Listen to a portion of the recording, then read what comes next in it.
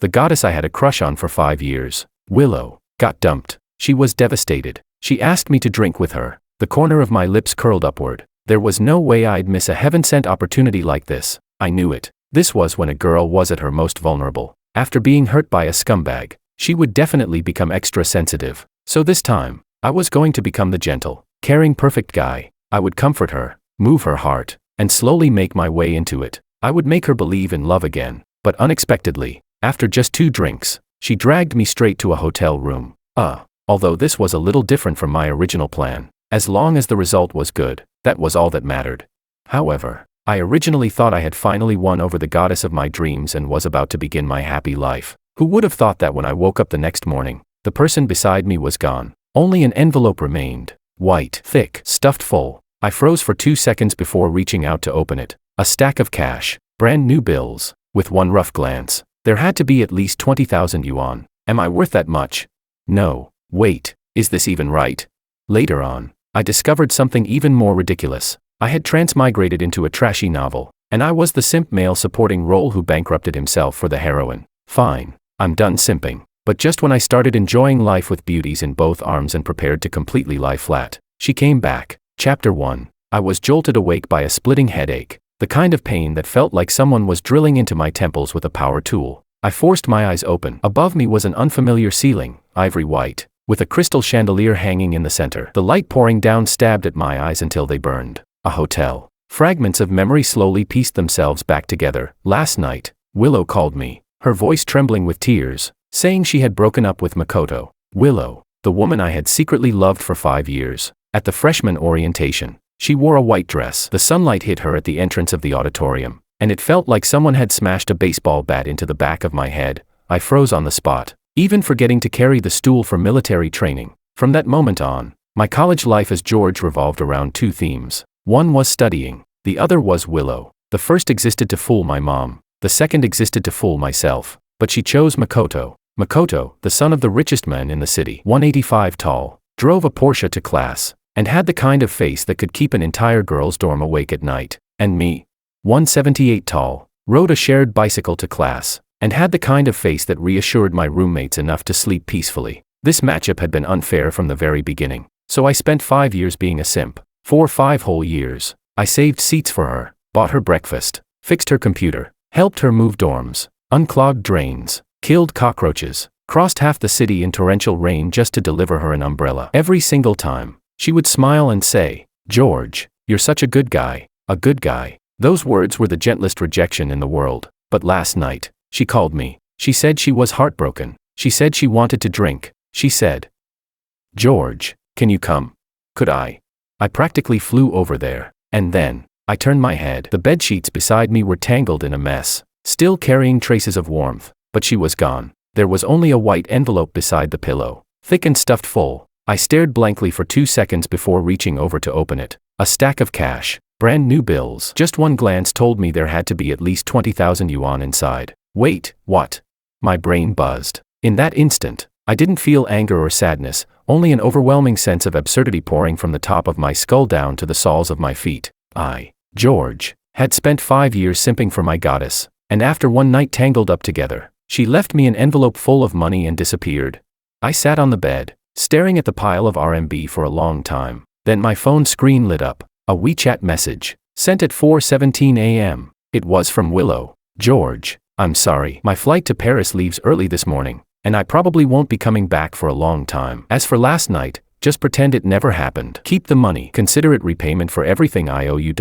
Repayment for everything I owe you." I tossed the phone onto the bed, and then something strange happened. An unfamiliar flood of information surged into my mind like a tidal wave. Not pain. Images. Huge amounts of them, dense, vivid, complete scenes flashing through my head like a movie on fast forward. I saw George's entire life. No, more accurately, I saw a novel titled The Tyrannical CEO Makoto's Exclusive Beloved. In this story, Willow was the heroine, Makoto was the male lead, and I, George, was the tragic male supporting role who simped from beginning to end. In the original story, after Willow left for France, George, me, went insane trying to contact her. He called non-stop, spammed her with messages, even borrowed loan shark money to buy a plane ticket to Paris. She never saw him. Instead, she got involved with a wealthy Chinese-French businessman. who just so happened to be part of a setup orchestrated by Makoto. George refused to give up. He spent every last cent he had and even shielded Willow from one conspiracy aimed at her. Willow was moved for exactly 3 seconds. 3 seconds. Then she went right back to entangling herself with Makoto. And George? Drowning in debt, hunted by collectors, his parents' house mortgaged away, his leg broken in a beating. In the end, he sat in a hospital hallway, staring at the engagement photo of Willow and Makoto on the news. He laughed until he started crying. The end. No bonus chapter. No epilogue. The author summed up his ending in one sentence. George disappeared from Willow's life, as if he had never existed at all. Chapter 2. I stared at the final line in my mind for about 10 seconds. Then I laughed. Not a bitter laugh, not a pained laugh. I genuinely thought it was hilarious. Fuck. I sat up from the bed, barefoot on the hotel carpet, and walked to the bathroom mirror. The person in the reflection had bloodshot eyes, cracked lips, and hair that looked like a rice field ravaged by a typhoon. But his eyes were frighteningly bright. George. I called my own name at the mirror. An echo answered me. All right then. I had transmigrated into a book. A melodramatic CEO romance novel called The Tyrannical CEO Makoto's Exclusive Beloved. And I had become the most pathetic simp tool character in the entire story. My plotline was simple. Simp until death. Go broke until death. Suffer until death. My only purpose was to use my own humiliation to highlight how amazing the male lead, Makoto, was. I took a deep breath. Then I picked up the envelope of cash and counted it bill by bill. 23,000. I neatly stuffed the money into my pocket. Then I picked up my phone, opened my chat with Willow, and stared at the words "just pretend last night never happened" for 5 seconds. My finger moved. Okay, have a safe trip. Sent. Then I deleted her from my contacts. Outside the window, the sunlight was perfect. Early summer wind squeezed through the half-open crack of the window, warm against my face. George, remember this. To hell with the plotline. To hell with the simp persona. To hell with love. I'm done simping. It was 10 in the morning when I left the hotel. The June sun was already brutal, hot enough to make the asphalt shimmer. Squinting against the glare, I hailed a taxi by the roadside and headed back to campus. Right. I was still a senior in college. More precisely, I had just passed my thesis defense, and graduation ceremony was next week. According to the original story, what should George be doing around this time? First, obsessively calling Willow, at least 30 missed calls a day, paired with 1,000-word WeChat essays ranging from "Are you okay?" to "I can come find you" to "Please, just reply to me." Basically a digital textbook on simping. Second, pestering Willow's best friend Maria for information, getting cursed out by her, and still smiling apologetically afterward. Third, borrowing money to buy a plane ticket. Good lord. Just remembering those scenes made my knees ache with secondhand embarrassment. The taxi driver glanced at me through the rearview mirror. Kid, got dumped. I fell silent. Instinctively, I touched my face. The driver sighed sympathetically. That expression of yours, I've seen it plenty of times. You get in the car sighing, dark circles under your eyes, wrinkled clothes. Obviously spent the night outside somewhere. Young people need to learn to let go. There are plenty of fish in the sea. Sir, I said, leaning against the seat. I didn't get dumped. I just got hit with a stack of cash. Strictly speaking, I think I was more like, paid for. The driver slammed on the brakes. What the hell did you just say? I froze too. Okay, yeah, that really didn't sound right. Nothing. Sir, just drive. When I returned to the dorm, everyone in room 407 was there. David was sprawled on the top bunk gaming. Luis sat at his desk working on his thesis. The third roommate, Simon, was out on the balcony hanging up socks. I pushed the door open. Ah. David poked his head out, nearly dropping his phone. George, where the hell did you disappear to last night? We called you, texted you, almost called the cops. Then he got a clear look at my face, and his voice abruptly stopped. A second later, he spoke in an unnaturally gentle tone. Ah, you okay, man? Luis also turned around in his chair, adjusting his glasses carefully. How are things with Willow? He asked cautiously. They knew. When Willow called me last night, I had been gaming in the dorm with them. When I said I was heading out, David had even given me a thumbs up, basically saying, "Brother, your chance has finally come. Go get her." So now they were looking at me like I was the orphan child of a fallen martyr. The expressions on all three of their faces practically screamed, "He's too miserable. We need to give him some end-of-life care." Chapter 3. I walked to my desk, pulled out the chair, and sat down. Then I opened the drawer, dug out a pack of spicy strips, tore it open, and took a bite. Spicy. David hung halfway off the top bunk, hesitating for 3 seconds before asking, George, do you wanna talk about it?" "Talk about what?" "You know, last night." Oh, I chewed on the spicy strip and mumbled. "She went to France. left me an envelope of cash, and bounced. The dorm went silent for 2 seconds. Simon turned around from the balcony, sock still in hand. Luis froze mid-motion while adjusting his glasses. David's mouth dropped into a perfect O shape. Cash. David's voice shot up an octave. What do you mean she gave you money? How much? 23,000. The three of them fell silent. David spoke first, sounding like a detective piecing together a criminal case. Wait, let me get this straight. You went out drinking with her. You spent the night together. Then she left you 23 grand and disappeared. Yep. George. David leaned over the edge of the bed with a solemn expression. Were you just kept as a sugar baby? Simon's sock dropped onto the floor. Luis shoved his glasses all the way onto his forehead. I was not a sugar baby, I said expressionlessly. She just… No. Hold on. David cut me off, jumping down from the bunk and grabbing my shoulders to shake me violently. 23,000. No offense, bro, but with your looks and body, I think you'd max out at maybe 2,300. I stared at him speechlessly. Was that really necessary? I'm helping you conduct market analysis, David replied seriously. Based on current market conditions, this was clearly an overpriced transaction. Simon quietly picked up his sock. David, can you speak like a normal human being for once?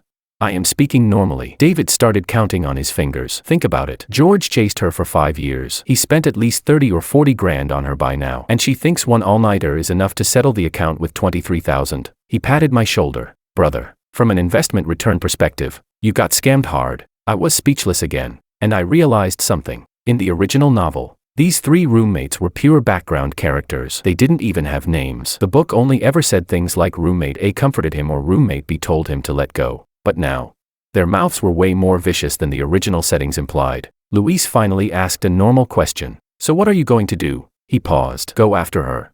All three of them turned to look at me at the same time. In the original plot, this was the moment George should have been standing there with red eyes, saying, I'm going to Paris to find her. I stuffed the last piece of spicy strip into my mouth, chewed it up, and swallowed. Then I said, I'm not going. Huh? I repeated myself. No chasing her down, no phone calls, no messages, no asking her friends for information. I brushed the chili powder off my hands. She left, but the money stayed. Works out great. I can use it to pay next month's rent. Dead silence. David reached over and touched my forehead. You don't have a fever? Nope. Then did a door slam your head or something? Nope. Did you slip in the hotel shower and crack your skull open? David gripped my shoulders, terror written all over his face. George, you simped for this woman for 5 years. 5 years. Over 1,800 days. And now you're telling me you're done. I looked him straight in the eye. David, what? Today, I suddenly realized something. What? Simping till the very end leaves you with absolutely nothing. Chapter 4. The dorm fell silent again. Out on the balcony, Simon clutched the basin of socks, his lips twitching slightly. Luis slowly pushed his glasses back down from his forehead onto the bridge of his nose. David let go of my shoulders, took a step back, and stared at me for several seconds. Then, he dropped to one knee, hands clasped together. George, he said in a trembling voice, you've finally awakened. I stared at him speechlessly. Can you not kneel? It's creepy as hell. 5 years, brother. David grabbed my pant leg, eyes turning red. Do you have any idea what the three of us felt every time you went out at midnight to bring her late-night snacks? Help her move, or fix her computer?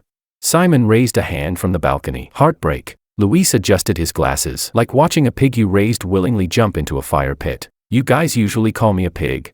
That's not the important part. David jumped to his feet and grabbed my arm. So excited he looked like he'd just won 5 million in the lottery. The important thing is that you finally came to your senses. Come on. Tonight we celebrate. My treat. Let's hit the barbecue stand.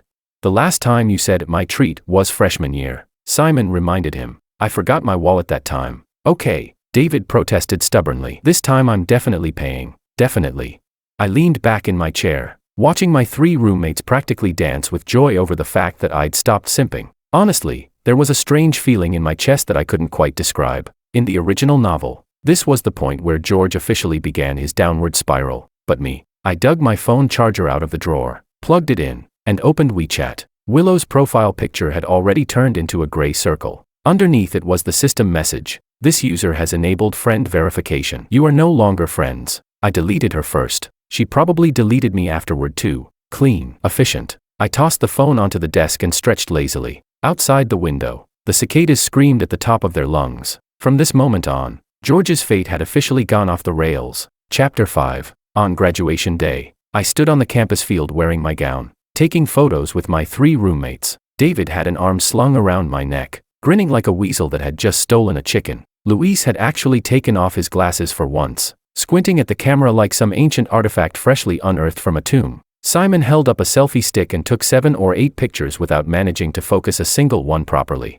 None of this existed in the original novel. The original George never attended graduation, because on that day, he was at the airport, using borrowed money to buy a plane ticket to Paris. But now, I stood beneath the blazing June sun, my graduation gown soaked through with sweat, yet my heart felt lighter than ever. After the photos, we headed to the cafeteria for one last meal. When we reached the entrance, I saw someone, Makoto. He stood beside the announcement board near the cafeteria entrance, talking to several men in suits. Sunlight hit the sharp angles of his profile. The shirt he wore clearly wasn't some cheap online purchase. As for the watch peeking out from beneath his cuff, I searched through the original story's memories. Patek Philippe Nautilus, probably worth 3 lifetimes of my salary. David leaned toward me and lowered his voice. Makoto, what's he doing here? Didn't he graduate 2 years ago?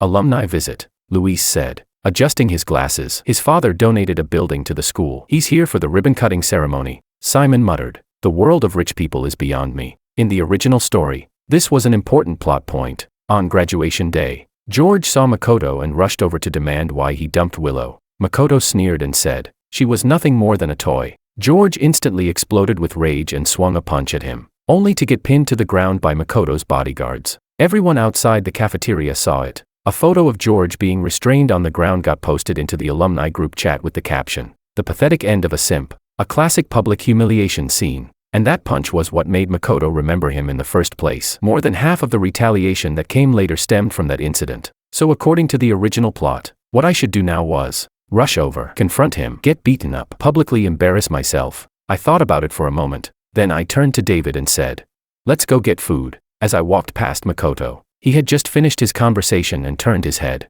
Our eyes met for 1 second. His gaze swept across my face without the slightest ripple of emotion, like he was looking at a tree by the roadside. Of course he didn't recognize me. In the original novel, he only remembered George after that punch. I gave him a small nod out of basic politeness, then walked straight into the cafeteria. Behind me, David tugged at my sleeve and whispered in a voice as tiny as a mosquito, "You're not gonna punch him." Why would I punch him? He dumped Willow, aren't you? What does her getting dumped have to do with me? David opened his mouth, then closed it, then opened it again, then closed it again, like a bass fish flopping helplessly on shore. Simon, David finally said, turning toward him, pinch me. I think I'm dreaming. Simon reached over and smacked him on the back of the head. I said pinch, not hit. Pinching takes too long. I carried my tray to a seat in the cafeteria and took 2 bites of braised pork ribs. Same terrible cafeteria ribs as always. George, Luis said from across the table after hesitating for a moment, have you really let her go? I picked up another rib and bit into it. Luis, let me ask you something. What? If you chased someone for 5 years, fixed her computer for 5 years, unclogged drains for 5 years, delivered breakfast for 5 years, and then after she got dumped she called you out for drinks, spent one night with you, threw 23,000 yuan at you, and disappeared, I looked at him. Would you still keep chasing her?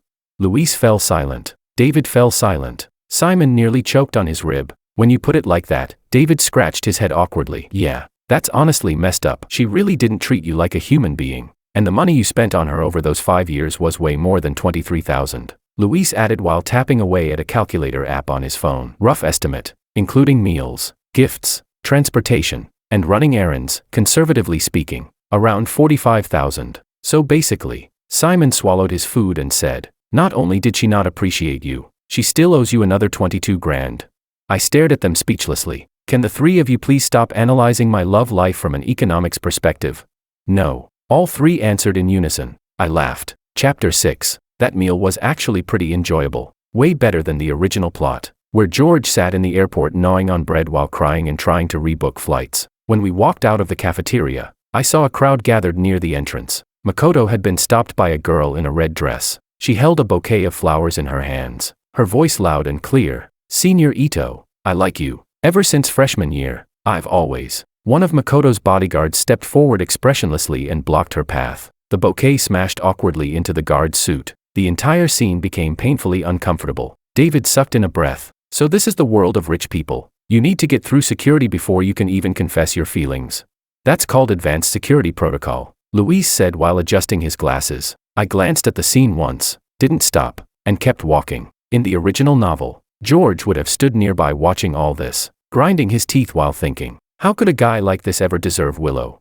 But the only thought in my head now was, I should go back and send out resumes. Graduation meant it was time to find a job. No way was I going to end up like the original George, throwing all my savings into plane tickets. Besides, that 23,000 yuan was honestly pretty nice. I pulled out my phone, opened a job search app, and started submitting resumes. In the age of information, efficiency was the real productivity. A simp doesn't exist anymore. Right now, I'm just a salted fish fully committed to lying flat and coasting through this ridiculous melodramatic novel. Chapter 7. During the first month after graduation, I did one thing using my knowledge of the original novel. I avoided every single plot landmine. In the original story, George spent his first month after graduation doing the following stupid things. First, asking Maria about Willow and getting cursed out. Second, contacting Willow's classmates in France and getting blocked. Third, going to a travel agency to ask about discounted flights to Paris and somehow getting sold overseas insurance instead.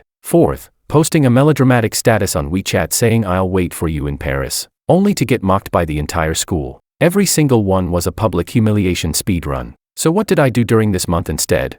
Sent resumes, went to interviews, got a job. I joined a small media company called Everblue Media as a social media operations specialist. Monthly salary, 6,000 yuan. Standard insurance and housing fund. Weekends off. Not much, but enough to survive. There was another new hire who started on the same day as me, Anna. On the first day of orientation, she wore a light blue shirt with her hair tied into a ponytail. The hem of her skirt swayed lightly as she walked. When she noticed that my desk was right beside hers, she smiled at me. Hi, I'm Anna Sue. Looks like we'll be co-workers from now on. I nodded. George Wong. Nice name. Thanks. My mom picked it. Her smile froze for a brief second. Okay, I admit it. 5 years of being a simp had completely destroyed my basic conversational skills. I could talk endlessly when it came to Willow, but with other girls, my social abilities crashed like a disconnected router. Still, whatever. Right now, I only had one core objective: stay alive, live well, and avoid the original plotline at all costs.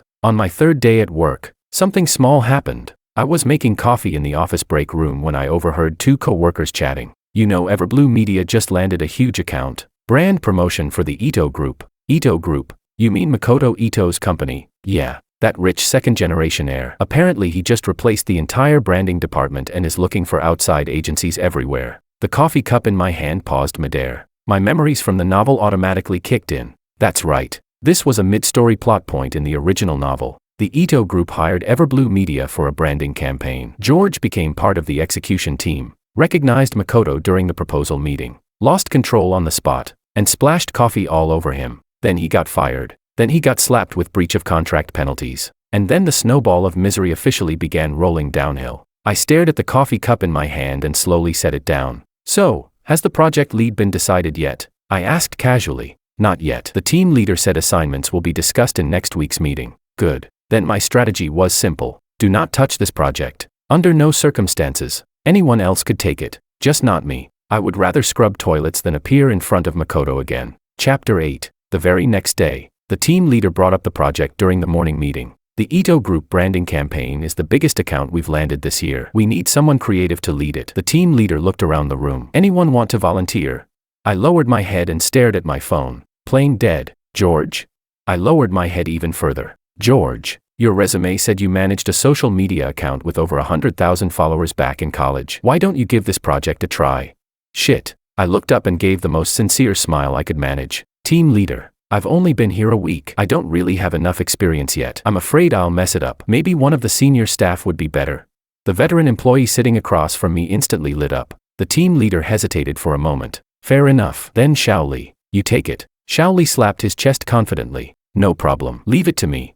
I quietly let out a sigh of relief. Crisis averted. What I didn't expect was that 3 days later, Shaoli got hospitalized with food poisoning from eating spicy hot pot skewers outside the university gate. The team leader panicked and called me out directly during the meeting. George, you're stepping in. No way. Team leader, it has to be you. The proposal meeting with the Ito Group is next week. You're the only one here with experience running a major social media account. Go prepare. No more excuses. I sat at my desk staring at the computer screen, feeling the pure malice of fate pressing down on me. Was the original plot auto-correcting itself? I had clearly avoided this landmine already, but destiny used one bowl of spicy hot pot skewers to shove me right back in front of Makoto. I turned and glanced at Anna at the neighboring desk. She was drinking yogurt through a straw, tilting her head while looking at me. "What's wrong?" she asked. "Why do you look like you're attending your own funeral?" "Anna, do you believe in fate?" She blinked. "No, neither do I." I turned back around and opened my PowerPoint presentation. "But fate seems to believe in me." Anna stared at me speechlessly. "What are you even talking about?" I didn't answer. If I couldn't avoid the plot, then I'd just change the way I played the game. In the original novel, George splashed coffee all over Makoto during the proposal meeting. So all I had to do was not bring coffee into the meeting room. Right.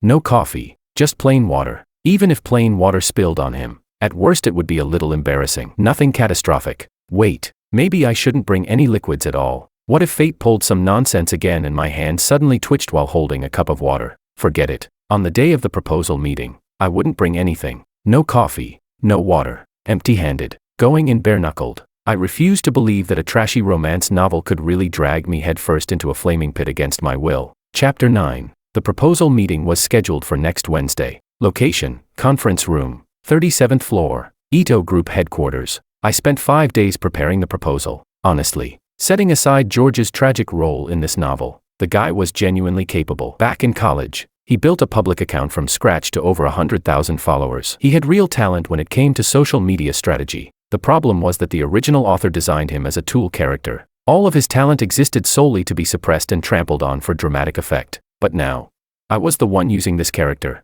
I could use his abilities without walking his path. On Wednesday morning, I wore a clean white dress shirt and a tie. Anna tied it for me because after 3 attempts, I somehow kept turning it into a noose. "Are you going to a proposal meeting or trying to hang yourself?" Anna laughed so hard she had to squat down after seeing the disaster around my neck. "Shut up." She stood back up, fixed the tie properly, and patted my shoulder. "Good luck, George." The moment I arrived at the Ito Group headquarters, I could already feel the presence of money. The marble floors were polished enough to reflect people's faces. The receptionist's smile was so perfect it looked factory-made. Even the central air conditioning was set at the exact temperature that kept people alert without making them shiver. 37th floor conference room. The instant I pushed the door open, I saw Makoto Ito. He sat at the head of the conference table with 2 executives in suits beside him. In front of him sat a cup of coffee. I stared at the coffee for 3 seconds, then instinctively looked down at my own hands. Empty. Good. Safe. Everblue Media.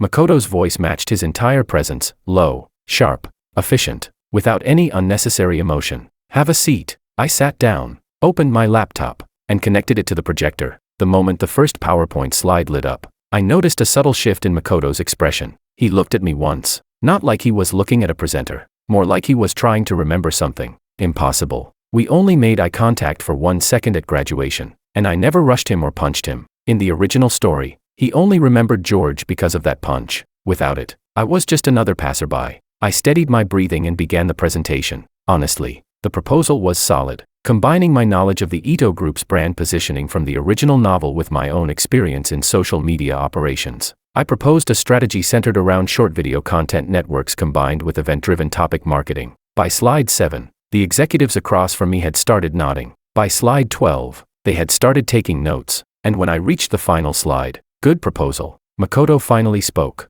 Just 3 words, but the atmosphere in the room visibly relaxed. The executives beside him exchanged glances, both wearing expressions that clearly said, "The boss is satisfied." I closed my laptop and stood up. "Then we'll follow up on the details by email." After saying that, I turned and headed for the door. Clean, efficient, not lingering for even 1 extra second. How did George ruin this scene in the original novel? The moment he recognized Makoto, he lost emotional control, shouted, "You're the bastard who dumped Willow," threw coffee in his face, got dragged out by security, publicly condemned by the company, and destroyed his own career. But me.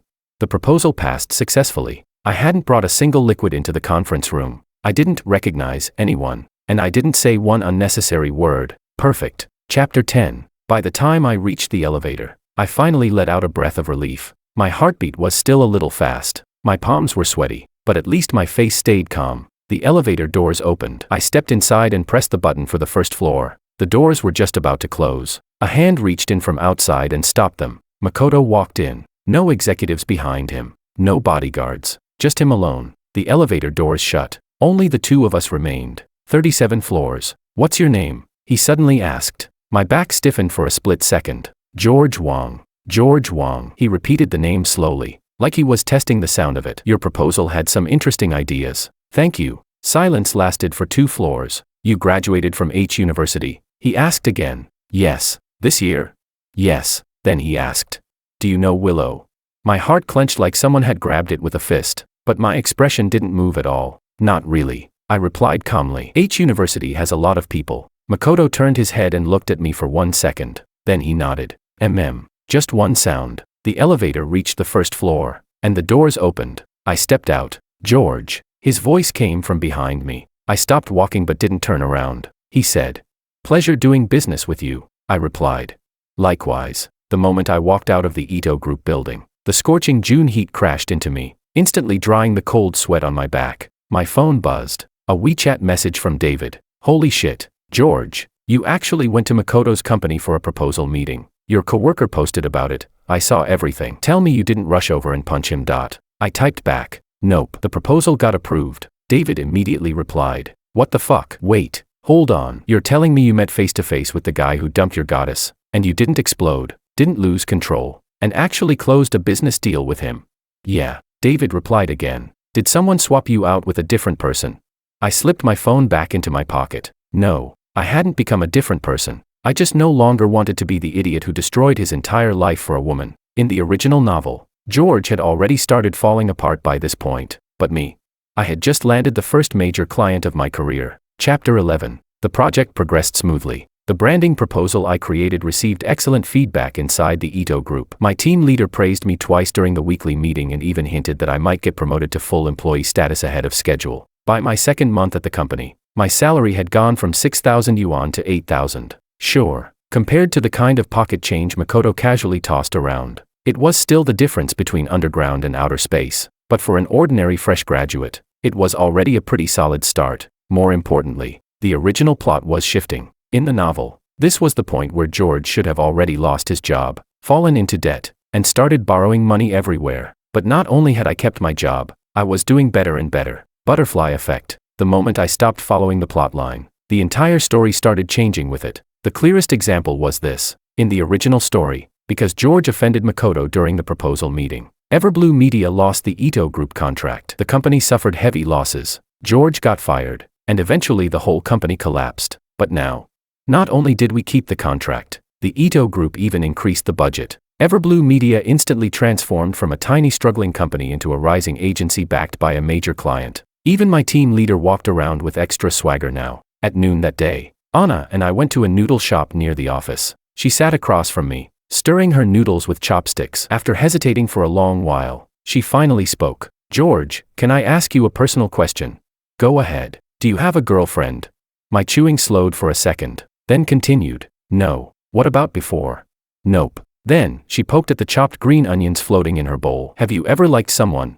I looked up at her. A faint blush had appeared on Anna's face. Or maybe it was just the steam from the noodle shop. It was pretty hot in here. I thought for a moment before answering. I did once, but it was like winning the lottery. Once you cash out the prize, the ticket should probably be thrown away too. Anna froze briefly. Then she laughed. You talk so strangely. I've always been like this. No. She shook her head. Normally you talk like a router with bad internet. People ask one question. You answer one sentence. And sometimes you even lag. But just now, that line came out surprisingly smooth. I said. Maybe I ate too many noodles. Cleared the blockage. Can you be serious for once?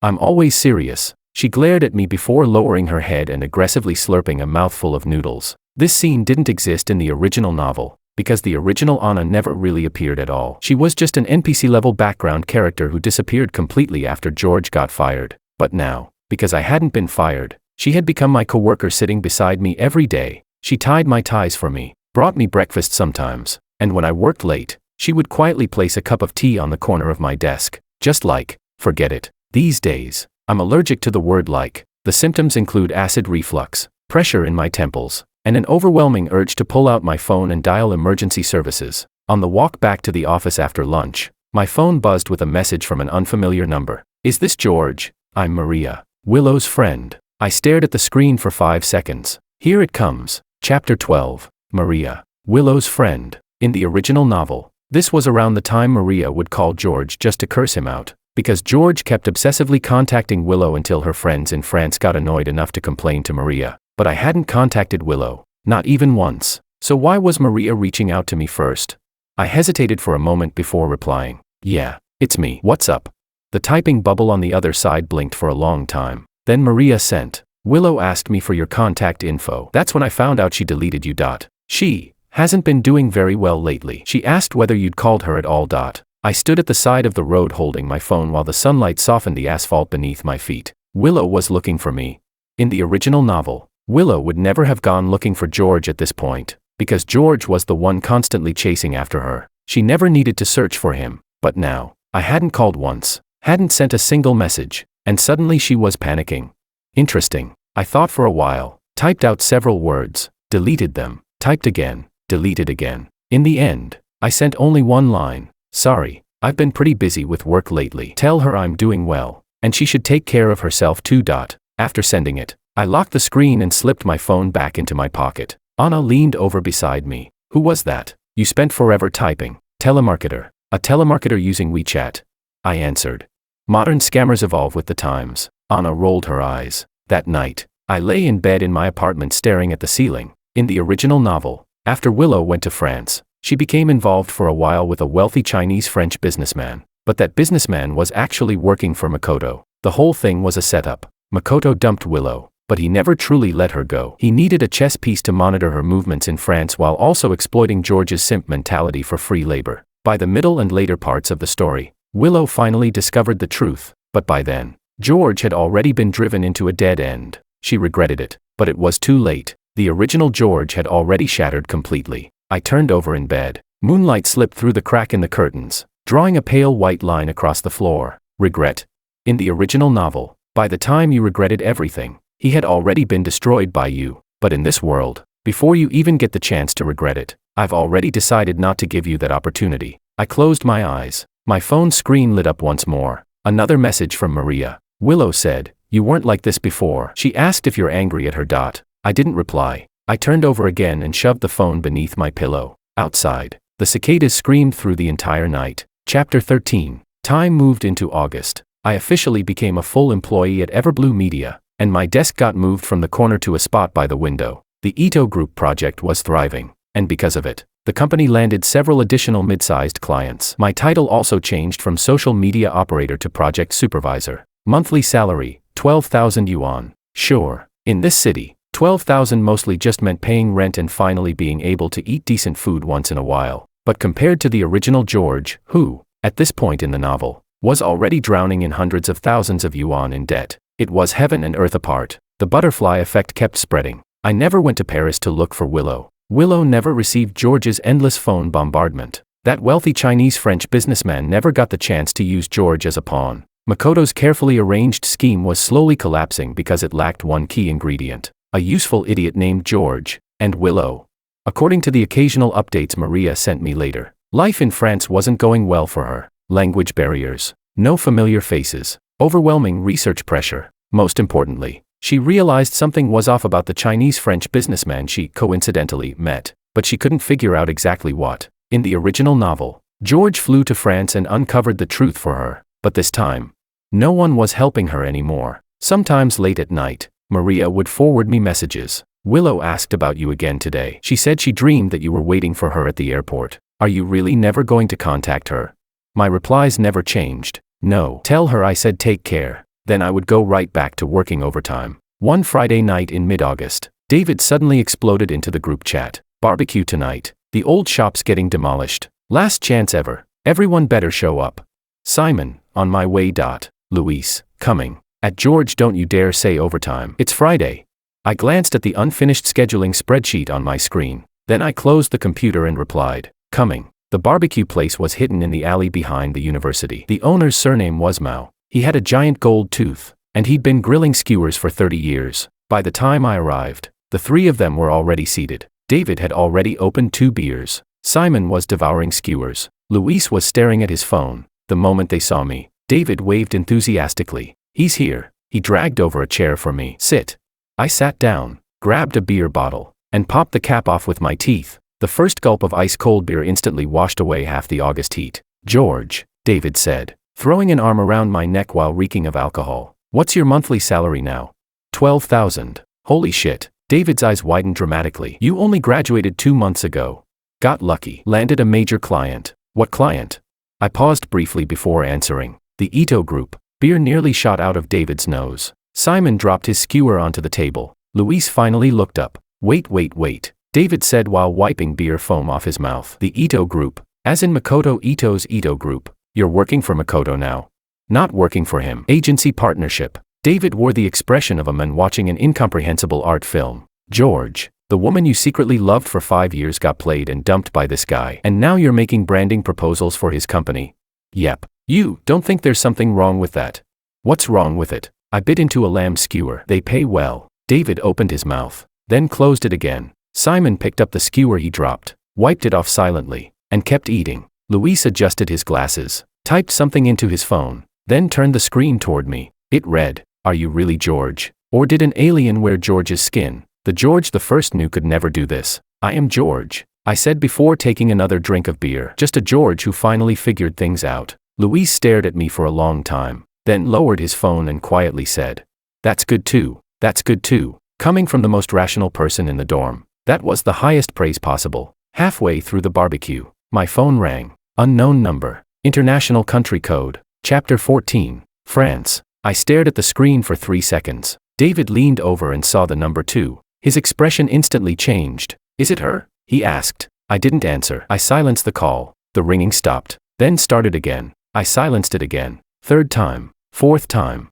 David completely forgot about his barbecue skewers and stared at the flashing number starting with +33 like he was watching a horror movie. On the 5th call, I answered. "Hello." The other end went silent for 2 seconds. Then a voice came through, carrying a hint of nasality, a little hoarseness, and cautious uncertainty. "George?"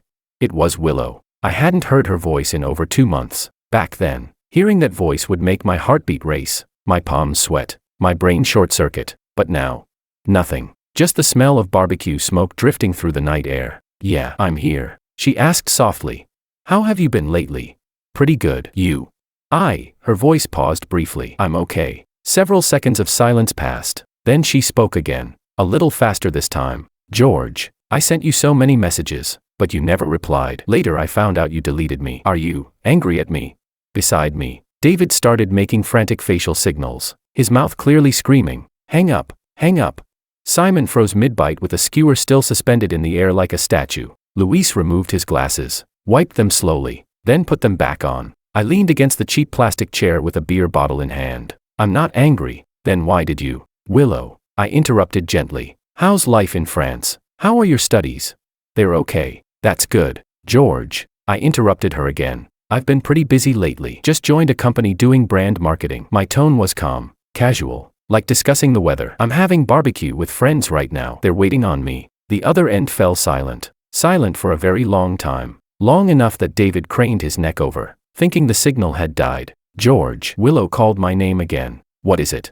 "You've changed." When those words came through the speaker, her voice trembled. Not the kind of trembling caused by cold. The kind that comes when you think something will always stay where it is, and suddenly realize it's gone. But all I did was hum lightly. "Have I?" "Maybe. People grow up eventually." Her voice tangled with hesitation. "But I interrupted her a 3rd time. "Willow, take care of yourself." I lowered the phone from my ear. Then I said, "Seriously, take good care of yourself." And I hung up. Barbecue smoke drifted above our heads. David, Simon, and Luis all stared at me like they were looking at a stranger. I picked up the beer bottle and took a long drink, then let out a burp. "Another 10 beef skewers," I called out. "Extra spicy." David finally snapped back to reality and slammed the table. "Holy shit, George, you really awakened."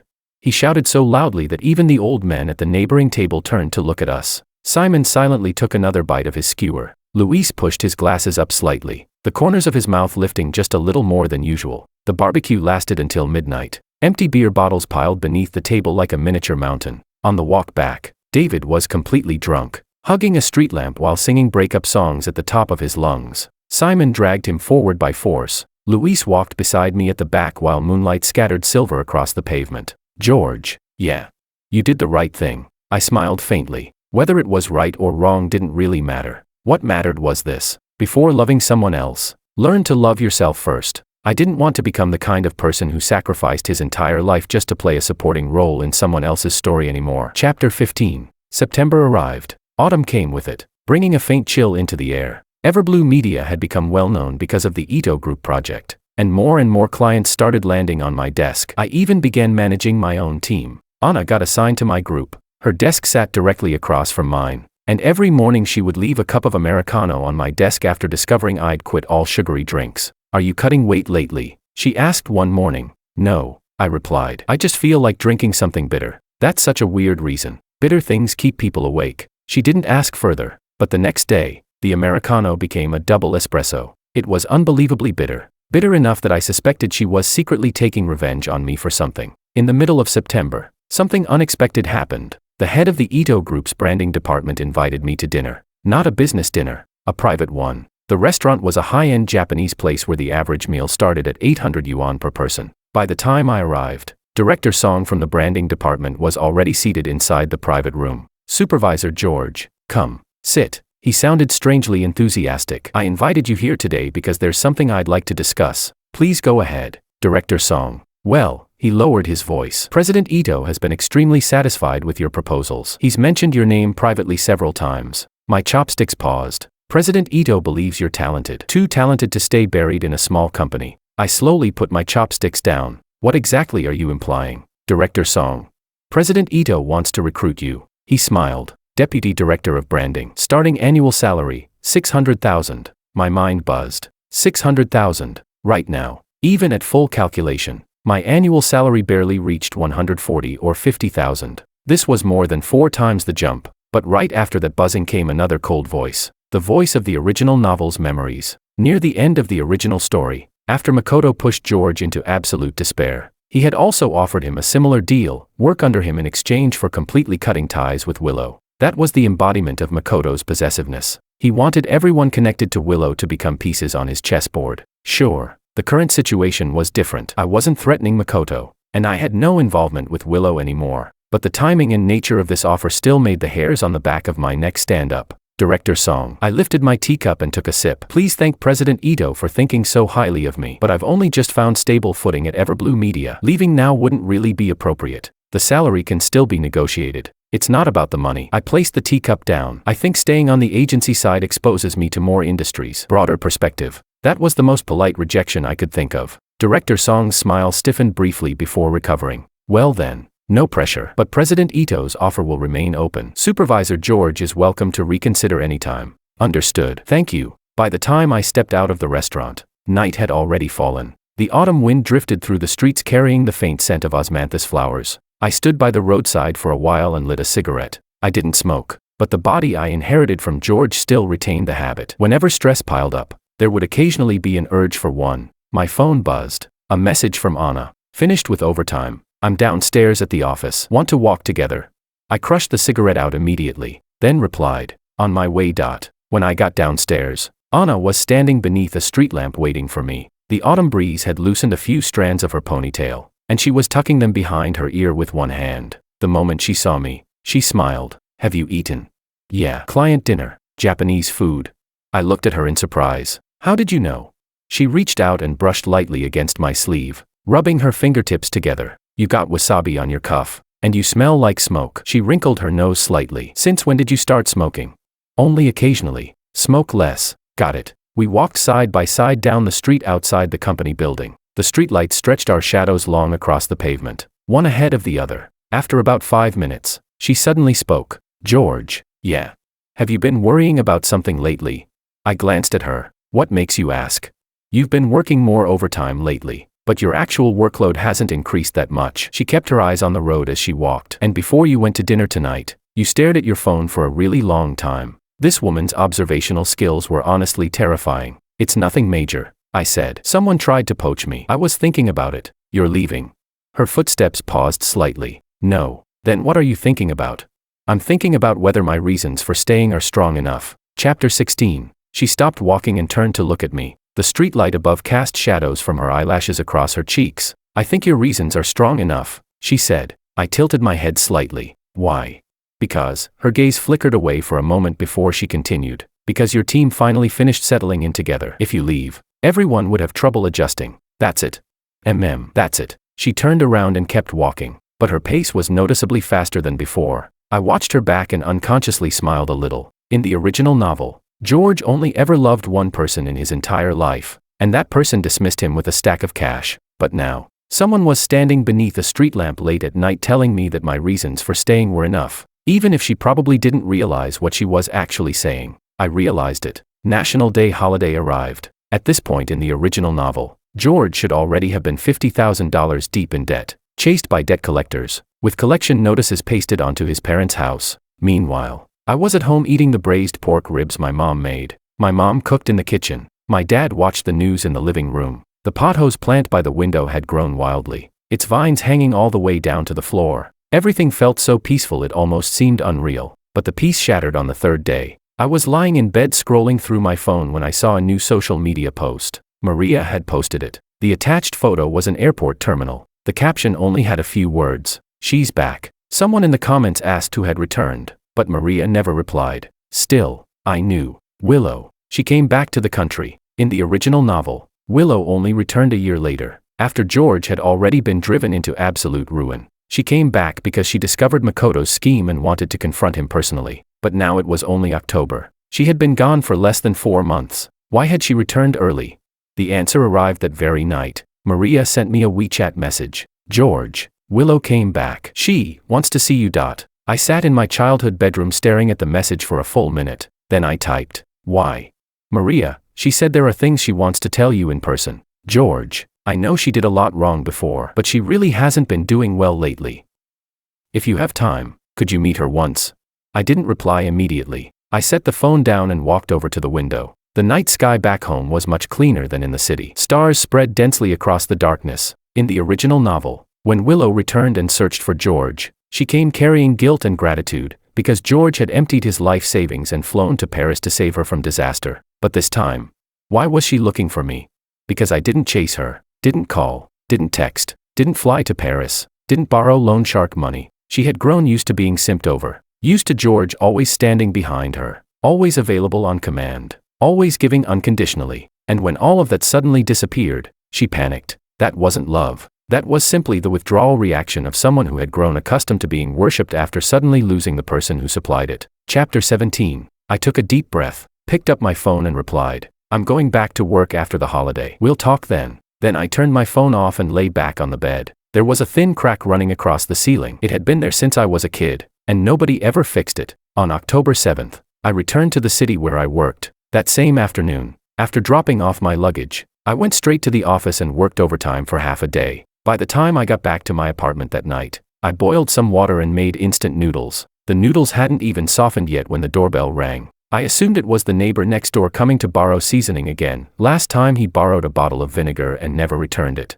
I opened the door. It wasn't the neighbor. It was Willow. She had lost weight. A lot of weight. Her collarbones stood out sharply, and the flesh on her face had thinned noticeably. She wore a gray coat, her loose hair blowing messily in the wind. In her hand was a paper bag printed with the logo of a French dessert shop. She looked at me, lips moving slightly. "George." I stood in the doorway holding the doorknob. Behind me drifted the smell of instant noodles, pickled mustard flavor. The two of us stared at each other through the open doorway for about 5 seconds. Then I stepped aside. "Come in." She entered and looked around. The apartment wasn't big. 1 bedroom, 1 living room. Most of the furniture was old junk left behind by the landlord, but I kept the place reasonably clean. The bowl of instant noodles on the table was still steaming. The moment she saw it, her eyes reddened slightly. "You eat this now?" she asked softly. "It tastes pretty good. Want one?"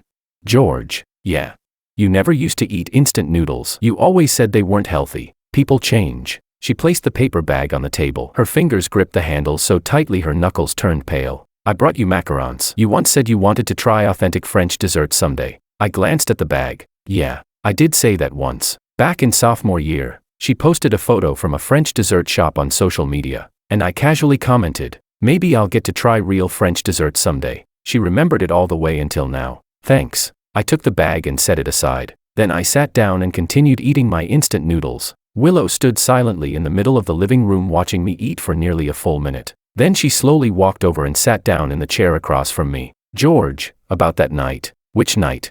"That night in June." She lowered her head. "I shouldn't have left the money behind." My pace eating noodles didn't change. At the time, she continued quietly, my mind was a mess. I had just broken up with Makoto, and my head was full of confusing thoughts. When I asked you out for drinks, I really just wanted someone to talk to, but later we drank too much, and then we, The next morning when I woke up and saw you sleeping beside me, I panicked. Her voice grew softer and softer. I didn't know how to face you. You treated me so well, and I was afraid I had used you, so I left. I left the money because I was afraid you'd think. I asked. Think what? That I took advantage of you. I put down my chopsticks, then looked up at her. Her eyes were red. The tip of her nose was red too. Her lips were pressed tightly into a thin line. She looked exactly like the Willow from the original novel, the one standing at the airport waiting for George to come pick her up, only to wait forever. Except now the roles had reversed. She was the one chasing after someone. Willow. Have you ever thought about something? What? You said you left the money because you were afraid I'd feel used. I looked at her calmly. But did you ever think about what that stack of money meant to someone who loved you for 5 years?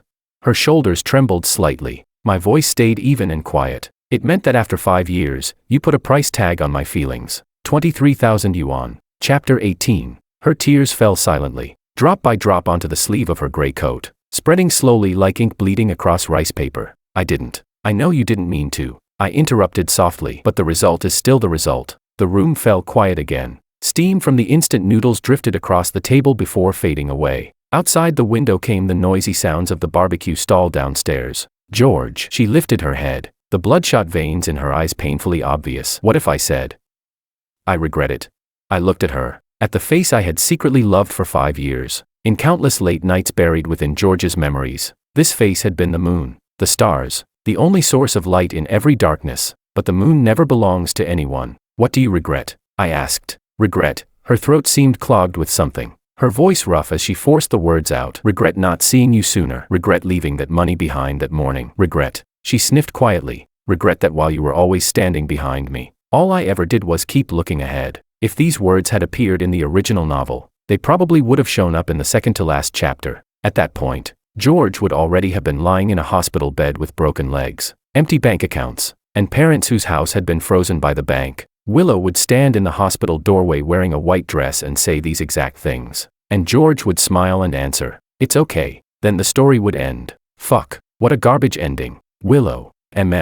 I heard everything you said. A flicker of hope appeared in her eyes, but I raised my hand slightly, stopping whatever she was about to say next. However, the light vanished instantly. I need time. She froze. I'm not rejecting you, I said calmly. I just need time to figure some things out. And you need time to figure some things out too. What things? She asked quietly. You need to figure out whether you regret things because you finally realized George was good to you. I looked directly at her. Or because George stopped chasing you. That sentence struck like a needle, piercing something precisely. Her body stiffened slightly. Then she slowly lowered her head. Is there really a difference? She asked in a tiny voice. There is. I leaned back in my chair. The first is love. The second is unwillingness to lose. Wind poured in through the window, making the curtains flap loudly. Willow sat there silently. For a long time. Long enough for the instant noodles to go cold. Eventually, she stood up and picked up her bag. When she reached the door, she turned back one last time. George. Yeah. If, she hesitated, if I figure it out someday, will you still be there? I leaned against the chair and looked at her. I don't know. It was an honest answer. She nodded softly, opened the door, and walked out. The moment the door shut, I heard an incredibly faint sound of sobbing from the hallway. I carried the cold instant noodles into the kitchen and dumped them into the trash. Then I opened the paper bag from the French dessert shop. Inside were 6 macarons lined up neatly, pink, purple, green, yellow, a row of tiny colorful chubby circles. I picked up the pink one and took a bite. Sweet. So sweet it made my teeth ache. My phone screen lit up. A message from Anna. Company team building event tomorrow. Are you going? I placed the macaron back into the box and replied, yeah. Chapter 19. October passed, and November arrived. The weather turned cold. I added another blanket to the apartment bed, sealed the windows with insulation strips, and placed 2 small plants on the balcony, gifts from Anna, who claimed they purified the air. Work became busier and busier. The Ito Group project entered its final stage, and I led the team through the last round of performance analysis. Anna handled the data reports. She worked overtime until 9 or 10 every night, so I started bringing her late-night snacks. You don't have to buy me food every single day, she said while taking the hot dry noodles from me. Her mouth said one thing. Her hands very honestly ripped the package open. Just happened to pass by, I said. She snorted. Oh really? Your apartment is north of the company. The snack shop is west of the company. And I live east. And you're calling that on the way? I smiled. The earth is round. Everywhere is on the way. She choked slightly on her noodles and lowered her head to keep eating. One evening in mid-November, after overtime ended, Anna and I walked out of the office together. A thin drizzle floated through the night sky. Not heavy enough to count as rain. More like mist. I didn't bring an umbrella. Neither did she. Let's wait a bit, she said while looking up at the sky. Maybe it'll stop soon. Sure. We stood side by side beneath the awning outside the office building. Leaning against the wall, streetlights shone through the rain, scattering fragments of gold across the ground. George. Yeah. That person you used to like. Her voice was soft, half swallowed by the sound of rain. Do you still like her? I looked at the curtain of rain in front of us. I don't know. What does that even mean? It's just, I thought for a moment. It feels strange, like you spent 5 years taking care of a flower, watering it every day, giving it fertilizer, making sure it got sunlight. I paused. Then one day, the flower pot breaks apart, and you realize the roots of that flower were never planted in your soil to begin with. Anna fell silent. And then, I continued quietly. You notice another flower growing by the roadside. Nobody waters it. Nobody fertilizes it. But every morning it still blooms beautifully. And whenever you pass by, it sways its leaves at you a little. Anna turned her head to look at me. I could feel her gaze, but I didn't turn back. She asked softly. So, have you watered it yet? Not yet. Why not?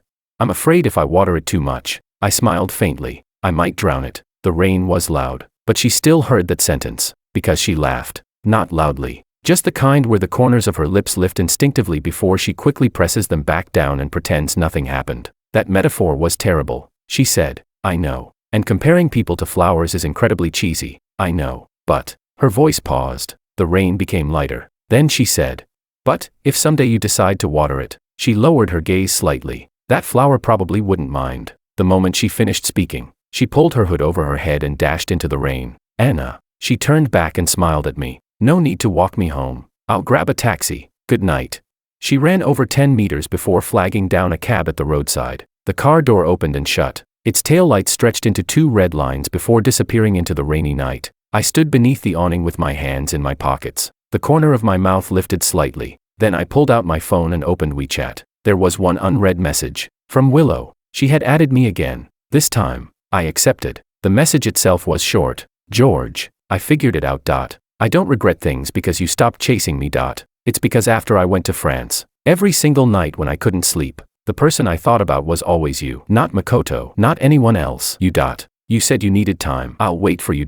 No matter how long it takes. I stood there in the rainy night holding my phone. The streetlight above illuminated the screen as each line burned slowly into my eyes. Chapter 20. The Willow from the original story had never said anything like that before. In the original story, she reconciled with Makoto at the end. George was the one who got abandoned, the one who was forgotten, the one treated as if he had never existed at all. But this world wasn't the original story. This version of Willow, after living without George simping after her every day, finally realized who had always been standing behind her all along. I don't know if that counts as love. Maybe it does. Maybe it doesn't. Maybe love is just something people realize far too late. You think it's only natural while you have it, and only understand its value after it's gone. But there was one thing I knew clearly. I would never return to the original storyline again. I would never again become the idiot who sacrificed everything for one person. Never again beg and grovel for pity. Never again tie my life to somebody else's story. I typed out a few lines, deleted them, typed again,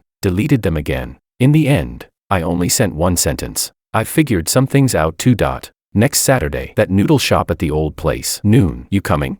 After sending it, I locked my screen. The rain had stopped. The moon emerged from behind the clouds, spilling pale silver light across the ground. I slipped my phone into my pocket and walked into the night. The streetlights behind me stretched my shadow farther and farther, all the way into the unseen distance. 23-year-old George, inside a novel that never belonged to him, had finally walked out a path of his own. No system, no cheat like Golden Finger, no earth-shattering revenge comeback, just an ordinary person, who, after finally understanding his role, chose to stand up instead of kneeling. As for how the story ends, I don't know. The ending from the original story had already been torn apart by me. The new ending would have to be written by my own hands. Maybe it would be a fresh start with Willow, or maybe it would be a brand new story with Anna beneath the streetlights on a rainy night, or maybe it would be nothing at all. But no matter what, I, George, will never be a simp again in this lifetime. This was the awakening declaration of a former simp male supporting role, and also the final rebellion of a trashy novel character against his own fate. Rain fell softly outside the window. On the desk sat a cup of instant noodles gone cold, and a half-finished box of French macarons. My phone screen lit up. A message from Anna. Got home. The rain's way too heavy. If you catch a cold tomorrow, don't come to work. Another message followed immediately after. That flower pot got watered by the rain today. It's alive. Growing pretty well, actually. I leaned back in my chair and smiled. Moonlight quietly spilled in through the window, falling across the box of macarons. Pink, purple, green, yellow, sweet, bitter, sour, spicy. Life is probably just like that. And me, I could finally choose for myself.